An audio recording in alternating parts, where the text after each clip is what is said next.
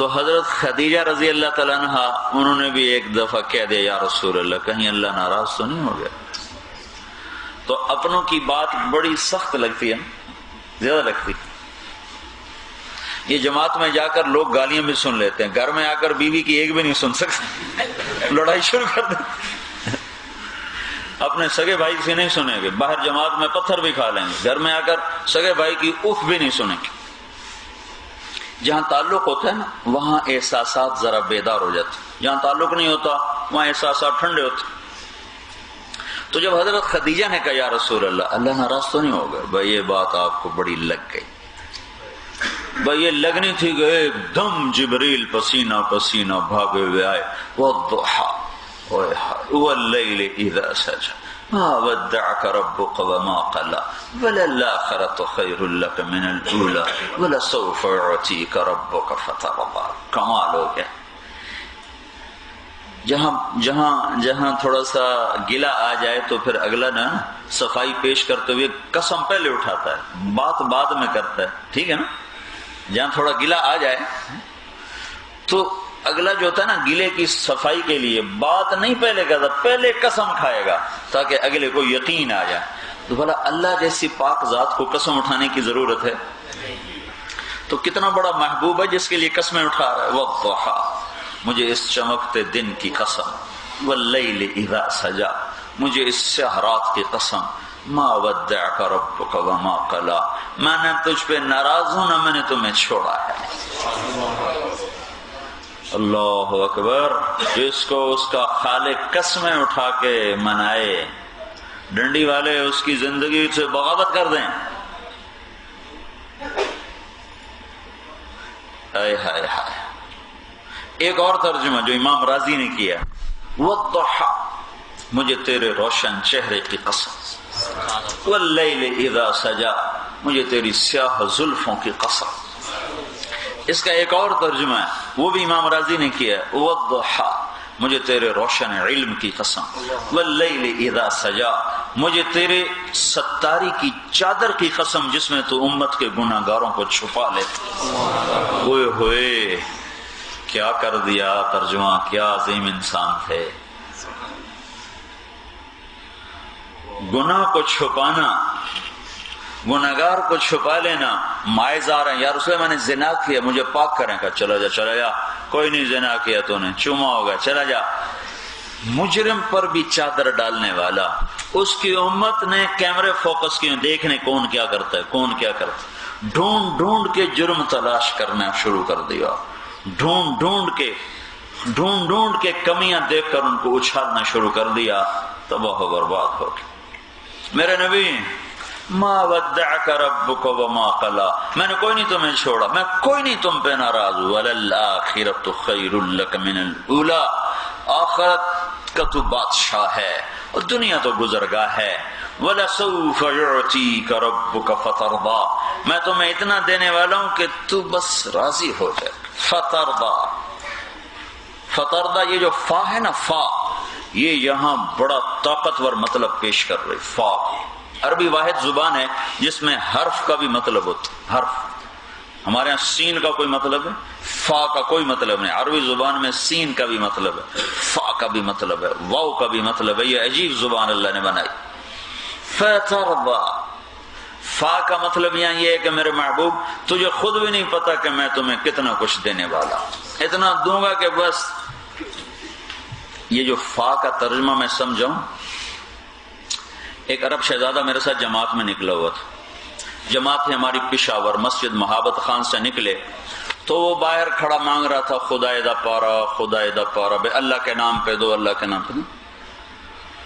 تو اب اس کو یہ پرانی بات ہے، کوئی 84-85 کی بات ہے. تو اس وقت ہوتا تھا کوئی بڑا سخی ہوتا تھا تو 1 روپیہ دے دیتا تھا. تو وہ آ کے گاڑی کے ساتھ لگ گیا، خدا دا پارا خدا دا پارا. تو وہ عرب شیخ نے نکالے پیسے، 100 اس کے ہاتھ میں آ گیا، اس نے اس کے ہاتھ میں پکڑا دیا. تو اب وہ اس کا منہ پہلے اوپر تھا تو ایسے کہا خدا دا پارا خدا. جب اس نے ایسے ہاتھ میں آیا نا تو اس نے دیکھا یہ تو کوئی اور چیز ہے، 1 روپے والا نوٹ تو نہیں ہے. تو پھر اس نے اس کو ایسے دیکھا، ہاں تو وہ اپنی ساری بات بھول گیا کہ وہ جو دوڑ لگائی ہے وہاں سے ایسا بھاگا. تو میں نے عرب سے کہا پتہ یہ کیوں بھاگا ہے؟ کہ نہیں، میں نے کہا اس لیے بھاگا ہے کہ اس کو خیال ہے کہ تو نے غلطی سے 100 روپے دے دے کہ واپس نہ لے تو اس لیے بھاگا. اس نے تو سارا دن دھکے کھا کے 100 نہیں کمانا تھا، وہ 84 کی بات بتا رہا تو تم نے کٹھا 100 دے دیا ہے. جب کسی کو اتنا دو کہ اس کو گمان بھی نہ ہو تو وہ ایک دم راضی ہو جاتا ہے. تو یہ فا کا مطلب یہ ہے میرے محبوب تمہیں اتنا دینے والا ہوں کہ تجھے خود بھی اندازہ نہیں.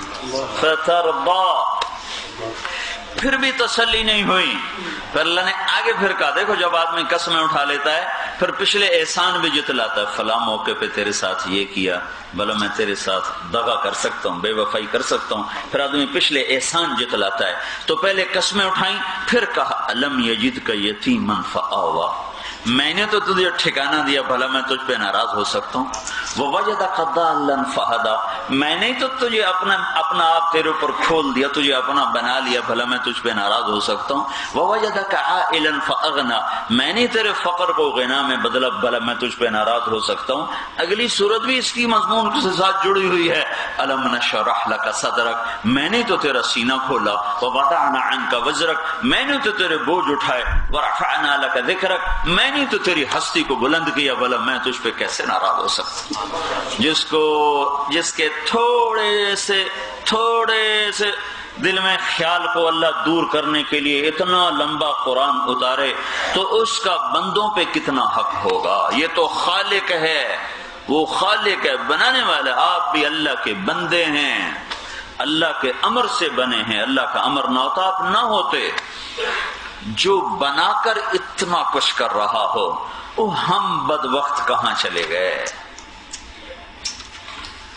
کوئی نبی ایسا نہیں تھکا اپنی امت کے لیے، کوئی نبی ایسا نہیں رویا اپنی امت کے لیے، کسی نبی نے ایسے دکھ نہیں دیکھے.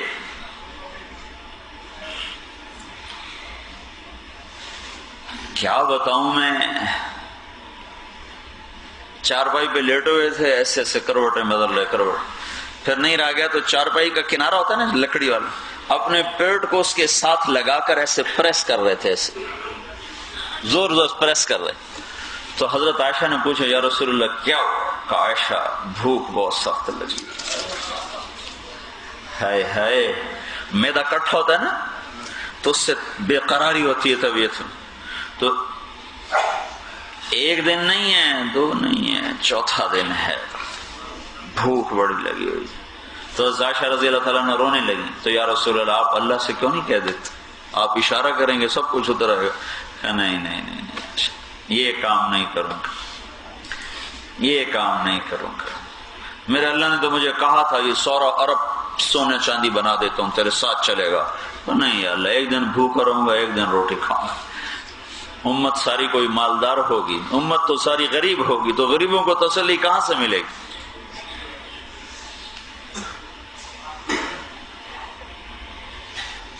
اکثر امت تو فقیروں کی تسلی کے لیے کہ مجھے دیکھ، اس لیے آپ نے کہا جب تم پر غم آئے میرے غم یاد کر لینا. آخر وقت تک چکی چلتی رہی. 60 سال کی عمر میں بیٹا ہوا، 60 سال کی عمر. بڑھاپے کی اولاد تو ویسے دل کے اندر اتر جاتی. اور 18 مہینے کے ہو گئے. آپ اتنے خوش ہوئے تھے، آپ حضرت ماریہ سے ہوئے تھے. وہ جگہ آج بھی محفوظ ہے، مشرق، مدینے کے مشرق کی طرف ایک 4 دیواری ہے، مسجد نبوی سے ٹھیک 3 کلومیٹر کے فاصلے پر. پہلے نہیں تھی تو ہم اندر جا کے دیکھ سکتے، اب انہوں نے 4 دیواری بڑی اونچی کر دی ہے تو اندر نہیں دیکھا جائے. یہ وہ جگہ ہے جہاں حضرت ابراہیم رضی اللہ تعالیٰ عنہ پیدا ہوئے، ہمارے نبی کے بیٹے. تو آپ نے ان کو اس جگہ پہ رکھا، کھلی فضا میں، ہوا میں. دودھ پلانے والی کا انتخاب کیا، اور جو خوشخبری لایا تھا اس کو آپ نے ایک اونٹنی انعام میں عطا فرمائی. اور پھر آپ وہاں جاتے تھے، بچے کے ساتھ گود میں لے کے بیٹھتے تھے، کھیلتے تھے. 18 مہینے کا ہو گیا، بھاگنے لگا، دوڑنے لگا، بابا بابا ابا کہنے لگا. ایک دم پیغام، آپ مسجد میں بیٹھے ہیں، یا رسول اللہ ابراہیم کو کچھ ہو گیا. اوہو،